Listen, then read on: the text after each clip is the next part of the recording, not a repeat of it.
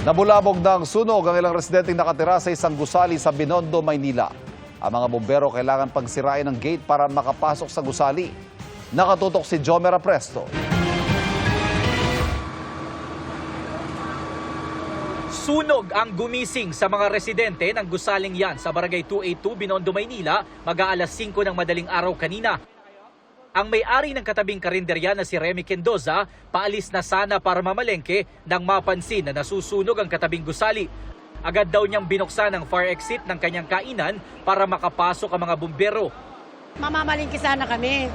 Ngayon may naglalagotokan. Pagdating dito, pagtingin namin yun nga, umaano na.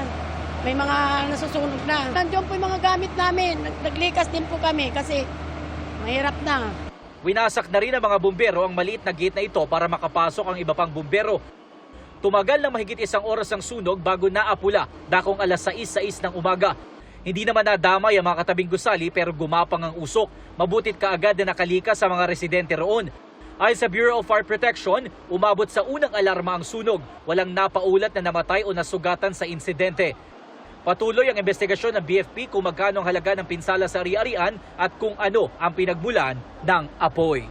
Para sa GMA Integrated News, Jomer Apresto, nakatutok 24 oras.